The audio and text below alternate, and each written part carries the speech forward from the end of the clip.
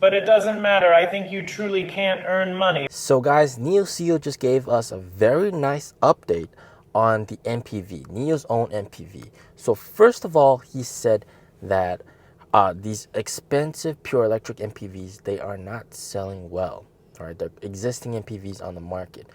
The best selling MPVs are in the 200K to 300K RMB range. And with Nio brand, the ET5 starts at 298K, all right, base price, and then the ES6 starts at 338K RMB. So it's kind of impossible, almost impossible to have a MPV in that price range from the Nio brand. So he's hinting at, of course, the MPV is going to be here, but it's going to be on the Envo brand, all right? And so he said, they've done a lot of thinking and all that kind of stuff. And what's very interesting is he said the first priority, all right, the first priority is to get all the cars onto the NT 3.0 platform.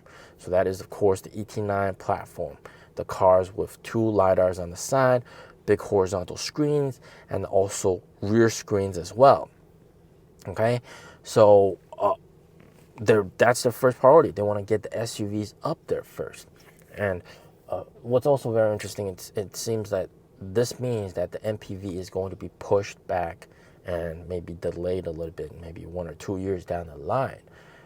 Okay, he did say that why don't we all go for the ES8 for now, right? Push the ES8 a little bit. The thing is, a lot of people, they do really want an MPV.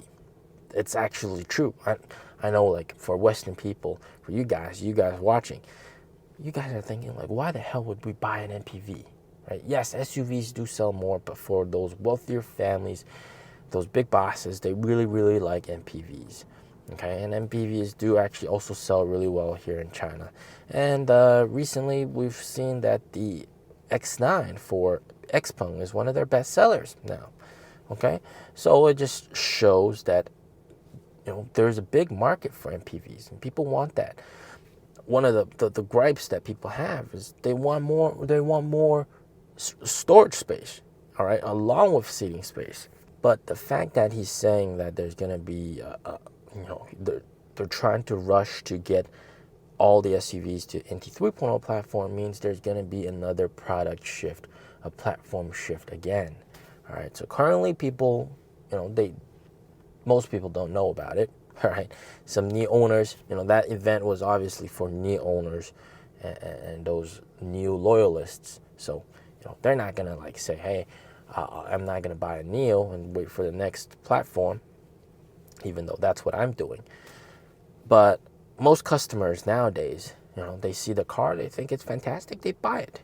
They're not going to think, oh, there's next year there's going to be the NT 3.0 version of this car. I'll just wait off until next year. No. They don't think that.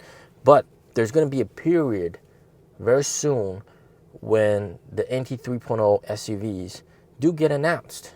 And then what that's going to happen is, well, do you still buy the current platform of cars, or are you going to buy the new NT 3.0 platform of cars? All right. So that is, of course, something that I really don't like. The fact that they name it different platform, like different generations, almost like iPhone 14, iPhone 15, iPhone 16, etc.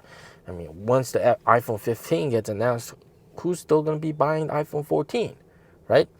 Whereas with Tesla, you don't really see that. They do like refreshes and all that kind of stuff, but they don't say like this is like the 3rd generation of Model 3 or the 4th generation of Model 3. So this is something that, some people have said, hey, we wish that Nio stopped doing this and stopped calling it different generation of technology.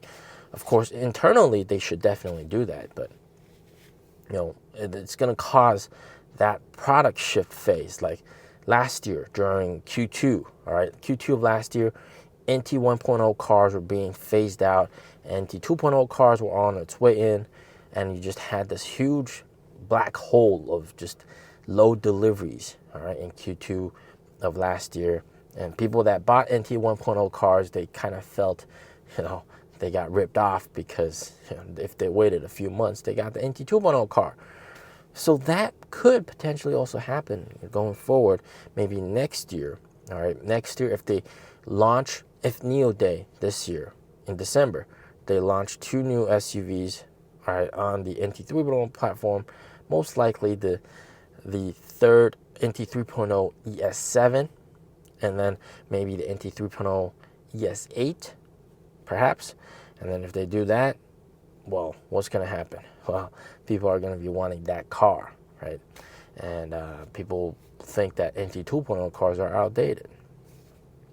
So this is a very interesting dilemma that Nio always encounters, all right? There's always going to be a phase where there's a product shift. Like even this year, right? Q1 at near around March, when Nio had that product shift from 2023 variants of the car to 2024 variants, 8155 chip to 8295 chip, that was also a product shift. And that really also just hurt deliveries. They even had to lower guidance. Absolutely crazy, right? So I wish they stopped with the NT something naming. My car's NT 1.0. Currently, they're selling NT 2.0 cars. Soon, it's going to be NT 3.0. Stop it with that naming scheme. So I'm going to make a very bold prediction. If at the end of this year, they announce some more SUVs that are NT 3.0, that could potentially hurt current SUV sales next year, or early next year, early 2025, because of this product transition phase. Again, there's always a product transition phase. Just crazy. They got to shorten it down. They got to be like, on Nio Day, December, we announced these cars. In January, you can take deliveries of those NT 3.0 cars.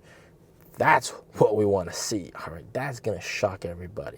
That's going to be extremely bullish. But if they say like, hey, we're launching these NT 3.0 SUVs, but you can't take delivery of them until September of 2025, oh crap, that's not good. That's not good.